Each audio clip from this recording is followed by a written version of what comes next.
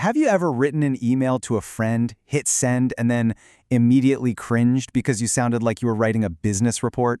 Yeah, don't worry, it happens to the best of us. Today, we're going to fix that. We're going to help you make your writing sound as natural and friendly as you actually are. You know that feeling, right? You reread your message and think, wow, that sounds so formal. It's a super common thing for English learners. The great news is your English isn't wrong. It's just a matter of tone. And trust me, it's a really easy fix. So here's our game plan. First, we're going to look at a real letter between two friends. Then we'll become language detectives and hunt for those overly formal words.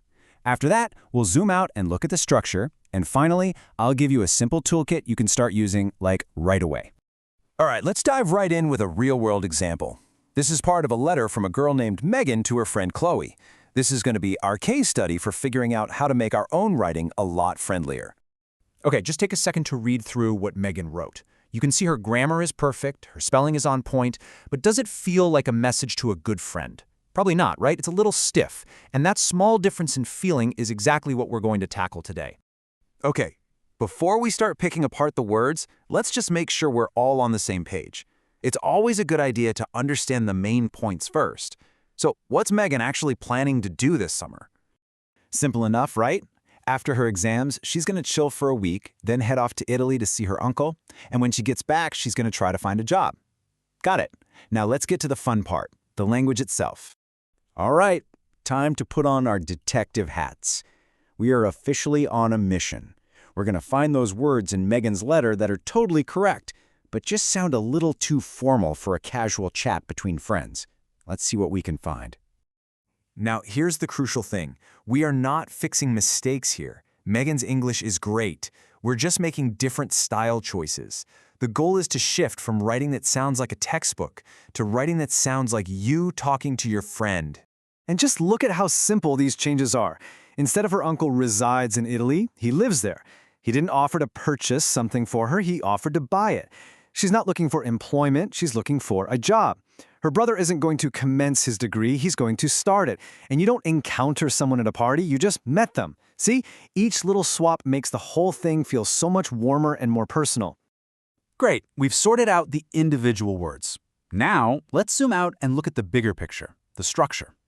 How you organize your thoughts is just as important as the words you use, especially in an email or a long message. What Megan does here is actually really smart and super simple. She breaks her letter down into 4 clear chunks. First, what she's doing right after exams. Second, the trip to Italy. Third, her job hunt. And finally, she turns the conversation over to Chloe by asking a question. One main idea gets its own paragraph. And why does this even matter? Well, think about it from your friend's perspective. It makes your message 1,000 times easier to read and reply to. They can see each piece of news clearly, and it helps them respond to everything you said. It's just a really clear way to keep the conversation going. Okay, we've analyzed the letter, we've swapped out the vocabulary, and we've looked at the structure. Let's pull all this great stuff together into a simple toolkit that you can use every single time you write to a friend. So here it is, your 4 key takeaways. Number 1, choose simple, everyday words. If you wouldn't say purchase out loud to your friend, don't write it. Number 2, write like you speak. A good trick is to read your message out loud. Does it sound like you? Number 3, 1 idea per paragraph. It keeps things super clear. And finally, number 4, ask questions. It's what turns a report into a real two-way conversation. So here's my challenge to you. Think about the messages or emails you've sent recently. Can you think of one formal word you tend to use that you could swap for something a little more casual? Just finding that one word and making that one small change is a huge first step to sounding more like yourself in English. Go give it a try.